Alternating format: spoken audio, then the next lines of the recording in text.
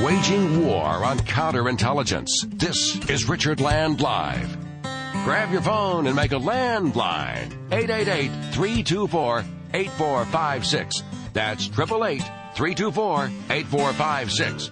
Now back to more of Richard Land Live. Welcome back to Richard Land Live. We're visiting with Walter Hoya. And Walter, welcome back. Tell us, what's the name of your organization? The Issues for Life Foundation.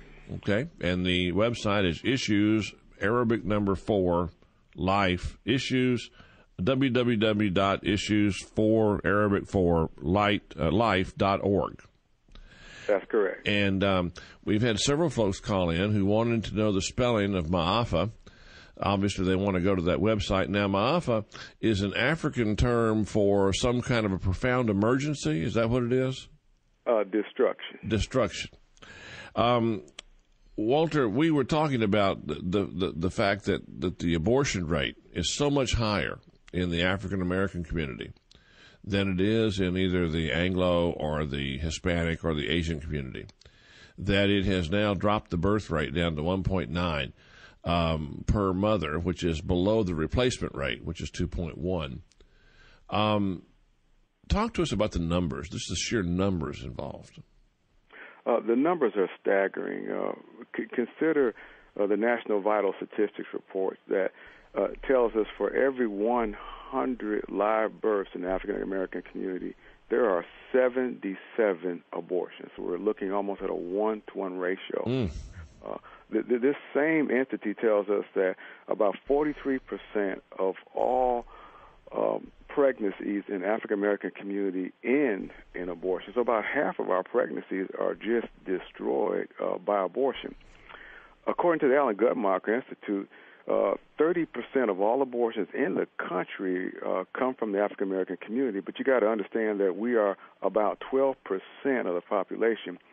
And so 12% of the population. So you're aborting at about 2.5 times your percentage of the population. Oh, easily. Wow. Easily. The Allen Guttmacher actually says that African American women are 5 times as likely to get an abortion than any other race.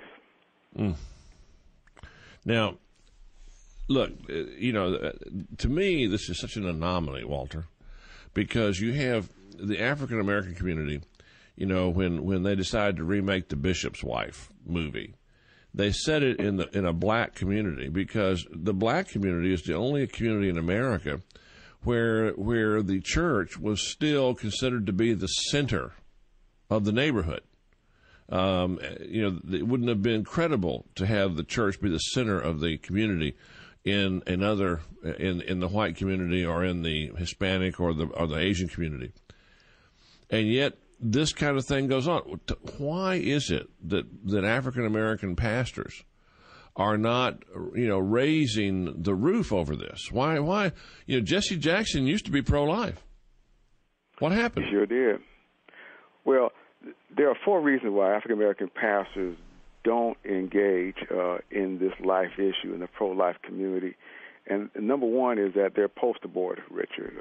Many of them have an abortion in their life somewhere. They're a wife, a daughter, maybe a family member, you name it. There's an abortion in his life, and unless you can't deal with that issue, you can't reach him. 2, some of the fellas are just racist. Some of the fellas just hate white folk, and if you can't deal with them on that level, you're not going to be able to reach them. 3, some of the fellas are compromised. They've chosen the money over the mission. They've rather have the treasure over the truth.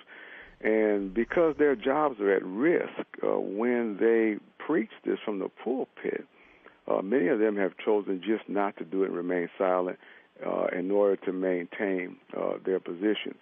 And then finally, 4, there are some brothers that are just uninformed. They really don't know what's going on with abortion, the impact of the community. But that bothers me perhaps the most. Life issue is the number one issue in the country. And if we as shepherds aren't sensitive to that, I really don't understand why we have that position. Well, I was asking Ovita King about this, and Jesse Jackson being a classic example, because Jesse is aware of this. I mean, he was aware early on. He was aware of the numbers, and he was aware of the past of the Planned Parenthood movement, but he got sort of seduced by the idea that they said, well, this is about women's rights. And she said, when you talk to an African American, you're talking about expanding someone's rights or not giving someone their rights. It's a powerful appeal. But it seems to me that there's a direct analogy here with the civil rights movement. When we passed the civil rights laws, yes, we took away the right of George Wallace and Lester Maddox to continue to practice their racism and their segregation against black people. When we pass laws protecting an unborn baby, we are taking away a woman's right, a mother's right, to kill her baby. But we're defending the right of the unborn baby to live.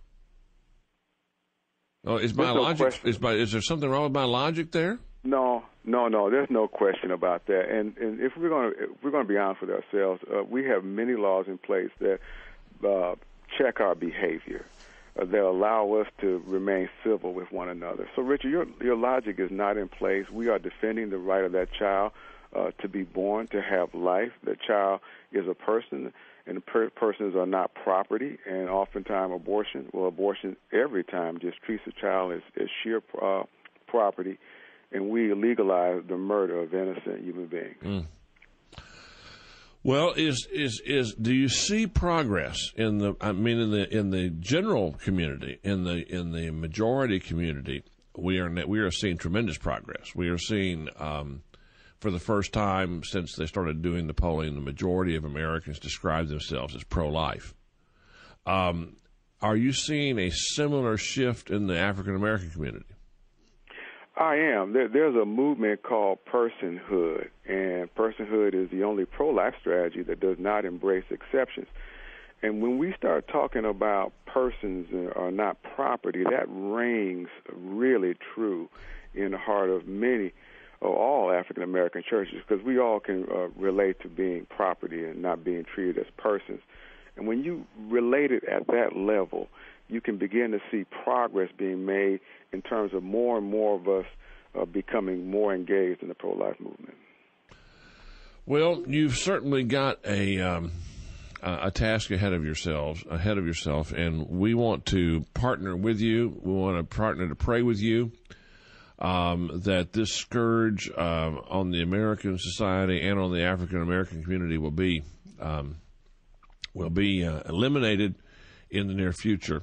Walter, any final words you'd have for our folks?